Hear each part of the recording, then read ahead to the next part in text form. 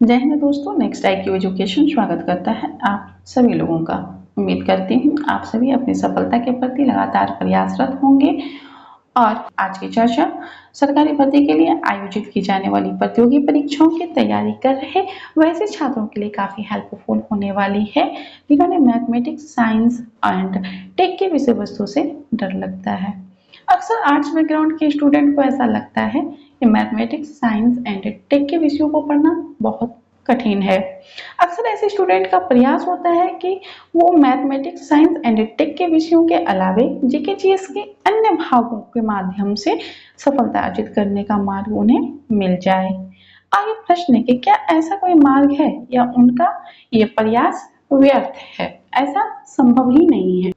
अब प्रश्न उठता है कि क्या किसी भी अभ्यर्थी को मैथमेटिक्स, रीजनिंग और साइंस एंड टेक के विषयों से डरना चाहिए? क्या इसे सीखना बहुत मुश्किल है? और दूसरा प्रश्न उठता है कि क्या सामाजिक विज्ञान के छात्र भी मैथमेटिक्स, रीजनिंग और साइंस एंड टेक के अधिकतम प्रश्नों को सॉल्व कर पाएंगे, यानी कि वैसे छात्र जिन्होंने केवल 10वीं तक ही मैथमेटिक्स और साइंस के विषयों को पढ़ा है और आगे की पढ़ाई के लिए उन्होंने सामाजिक विज्ञान के किसी विषयों का चयन किया है। और जानेंगे मैथमेटिक्स, रीजनिंग और साइंस एंड टेक्नोलॉजी क्यों जरूरी है। क्या इसे स्किप करके भी हमें सफलता मिल सकती है? क्या हम इसे छोड़ सकते हैं या इसको पढ़ना, इसे सीखना बहुत ही जरूरी है? तो चलिए हम अपने प्रश्नों का उत्तर जानते हैं।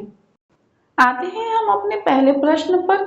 जैसा कि हम सभी जानते हैं कि सरकारी नौकरी के लिए, सरकारी भर्ती के लिए आयोजित की जाने वाली किसी भी परीक्षाओं में मैथमेटिक्स और रीजनिंग, साइंस एंड टेक से प्रश्न होते ही होते हैं।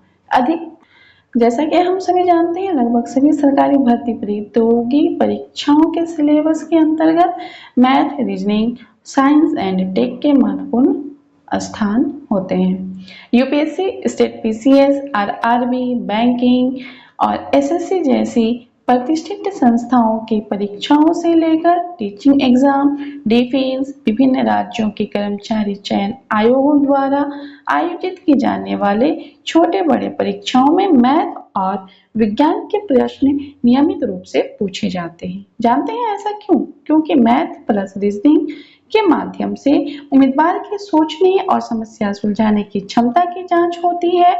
अभ्यर्थी तथ्यों को जोड़कर सही निष्कर्ष पर पहुंचने में कितना सक्षम है। वहीं साइंस एंड टेक के प्रश्नों को शामिल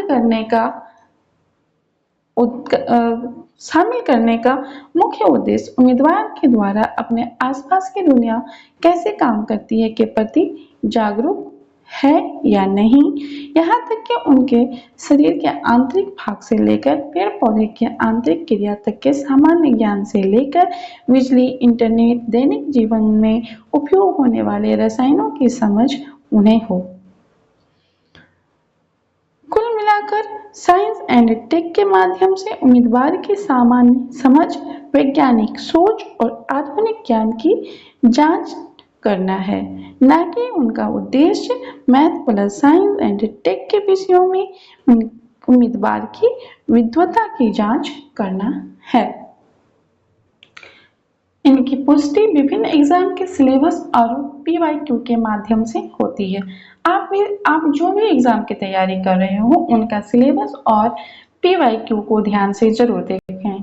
आप पाएंगे इसके अंतर्गत अधिकतम प्रश्न वैसे हैं जिनका व्यवहारिक जीवन में उपयोग होता है। सामान्य तौर पर कम पढ़े लिखे लोग भी इनमें से कुछ प्रश्नों का दैनिक जीवन में मौखिक रूप से ही सॉल्व करने में सक्षम होते हैं।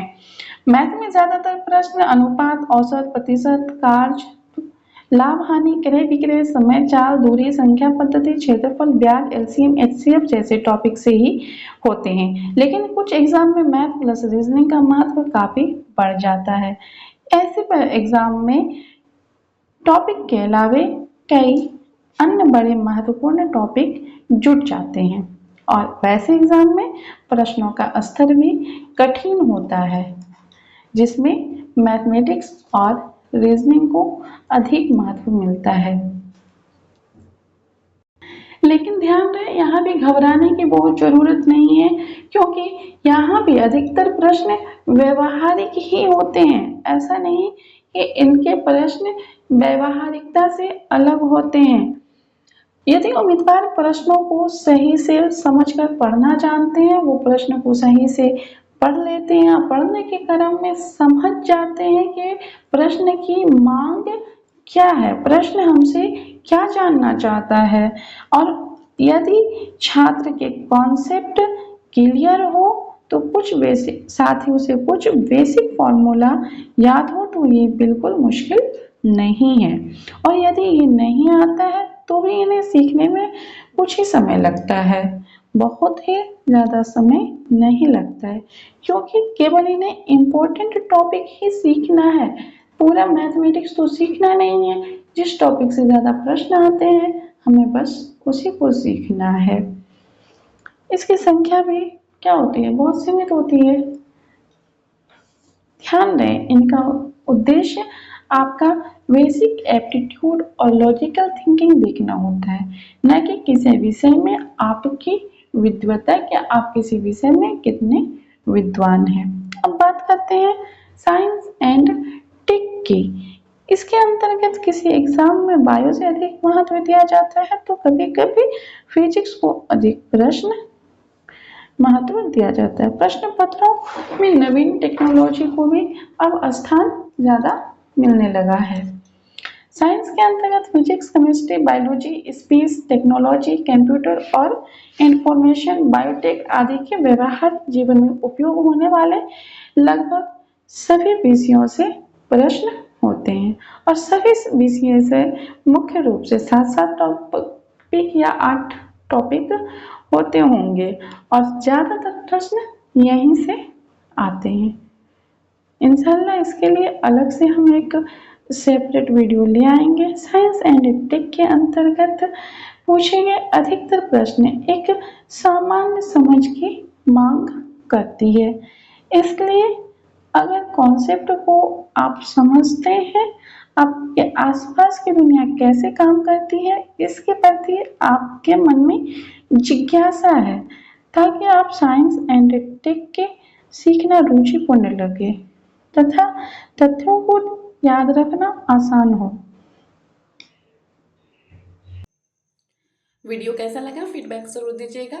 खुद के प्रति ईमानदार बने, समझदार बने, हर रोज लक्ष्य की ओर एक कदम बढ़ाएं, हर कदम पर मंजिल से फासला घटाएं।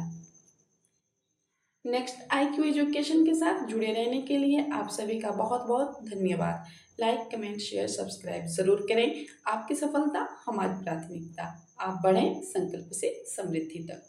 धन्यवाद।